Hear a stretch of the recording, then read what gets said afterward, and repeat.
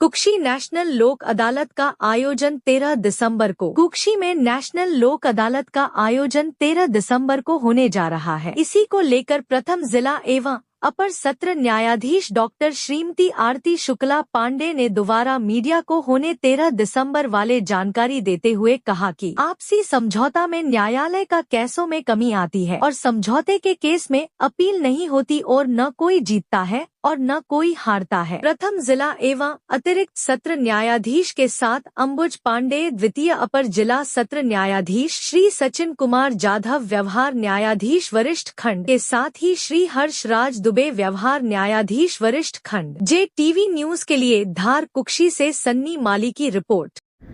ये हम जानना चाहते हैं कि जो 13 तारीख को लोक अदालत जो लगने जा रही है उसकी क्या तैयारियां हैं और जनता को क्या संदेश दोगे आप?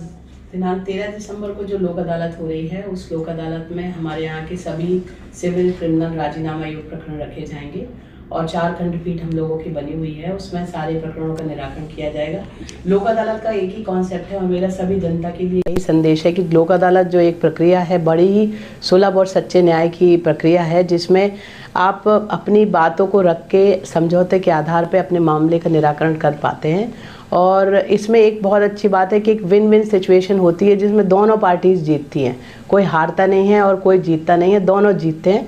तो ये जो संकल्पना है ये लोक अदालत की, ये बहुत ही पवित्र उससे रची बसी है और कई सालों से सब लोग लोक अदालत को जानने लगे कि क्या है लोक अदालत। तो इसलिए जो पक्षकार जिनके केसेस हमारे यहाँ चल रहे हैं वो बात करके, समझौता करके अपने मामलों का बहुत ईजीली निराकरण यहाँ से करा सकते हैं।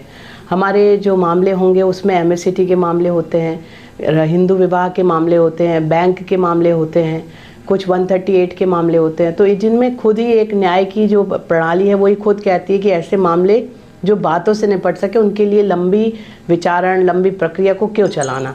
तो इन सभी उद्देश्य को लेकर ये लोक अदालत का कॉन्सेप्ट है, जिसमें मैं चाहती हूँ कि सभी लोग इस चीज़ को अपने आप को जागरूक करें कि उनके प्रकरणों का निराकरण केवल बातचीत से बहुत आसानी से निपट सकता है। और जो ऐसे लोग हैं जिनको नोटिस प्राप्त हो गए और ऐसे लोग हैं जिनको नोटिस भी नहीं प्राप्त हुए, वे दिनांक 13 दिसंबर को कोर्ट में आ सकते हैं और अपने मामले की फाइल निकलवा कर उसमें निराकरण कर सकते हैं।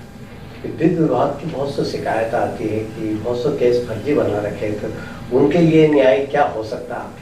देखिए, विद्युत के जो मामले हैं उनको ऐसे कहते हैं कि फर्जी हैं, लेकिन कोई भी मामला ऐसे नहीं होता है। उसमें पंचनामा बनता है, घटनास्थल पर पहुंचते हैं, कार्रवाई होती है, उसके बाद प्रकरण यहाँ आता है। लेकिन उसके बावजूद आप देख लीजिए कि आप इसे फर्जी भी कह रहे हैं तो भी हम लोग इसे लोक अदालत में ही निपटा रहे हैं। लोक अदालत मतलब हम बातचीत करके ही निपटा रहे हैं, जिसमें उसको कहने का, सुनने का मौका मिल रहा है कि ये फर्जी था कि गलत तरीके से था, जो भी था, लेकिन कम से कम पक्षकार को सुना तो जा रहा है।